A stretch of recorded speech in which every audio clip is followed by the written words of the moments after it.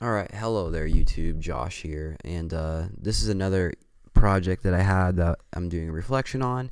This is my Imagine project. This is a project that we send in for the film festival, and this project I wanted to create a documentary because I've never made a documentary before. And documentaries, to me, if they're done very well, like almost perfect, they're just as enticing to watch as a full-length feature film. So I wanted to capture something that was really important to me. I read one time from Ryan Coogler, you make your best films, or like you make your best projects when it's stuff connected to you, like family or something that's just been a part of you for a very long time. So I want to do a documentary kind of homage thing to my grandmother that owns the Lazy D Kennel in Lindsborg, Kansas.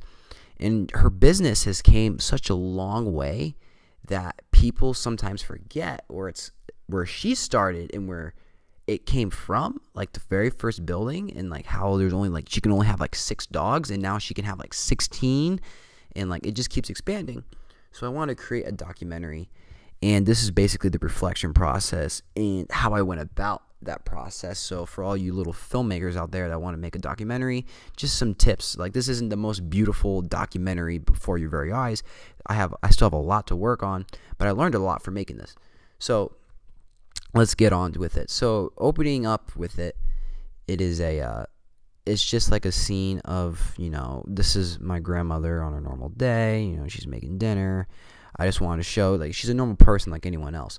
So what that does though is it catches your audience's attention sometimes, because they'll be like, oh, it's a normal person. She's doing her normal thing, and then I have this setup to the opening, which is boom. Now we're here at like, I don't know, 7 in the morning, and she's in the kennel. We're just showing off the building about what she usually does. The title sequence, of course. This is the part I wish I would have improved on a little bit, but I really want to just make it very apparent about what this documentary is going to be about. And so we move into the interview. Now, with interviews, with documentaries, have a list of questions thought out. Kind of explain to your subject that you're interviewing what the questions might be about, just so they can have some answers already pre-programmed in their head, so you're not sitting there too long at a standstill trying to figure out an answer. My grandmother did a very good job. Position, lighting, camera is important with documentaries. Multiple perspectives is very good in documentaries. You don't want to change the camera, I believe, too much, but just enough to where we're not bored. And cutting to actual footage that she's talking about within the questions I'm asking, kind of just giving, you want to show your audience about exactly what she's talking about and what she's all about.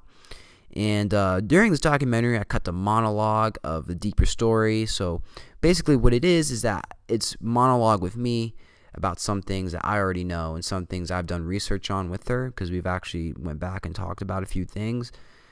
More than just what I show from the interview portion. And when you blend them all together, it flows very well. It was when I was making this project, one of the things that I loved as I was making it was when I would cut to a certain part that we were talking about and then cut back. Like, I would cut to footage describing something about what my grandmother here was just talking about, and then it would just look so seamless when it would just cut back and forth. It would look very good. Like, here's a good example. A story about when her father killed her bunnies and put in the freezer. Like I said, the camera work wasn't as pretty, but you get the idea. It opens it and it flashes and we're back. So it's stuff like that that could really make an interview look nice. And with the change of perspectives, so here we have a far shot, mid shot. It's basically a mid shot.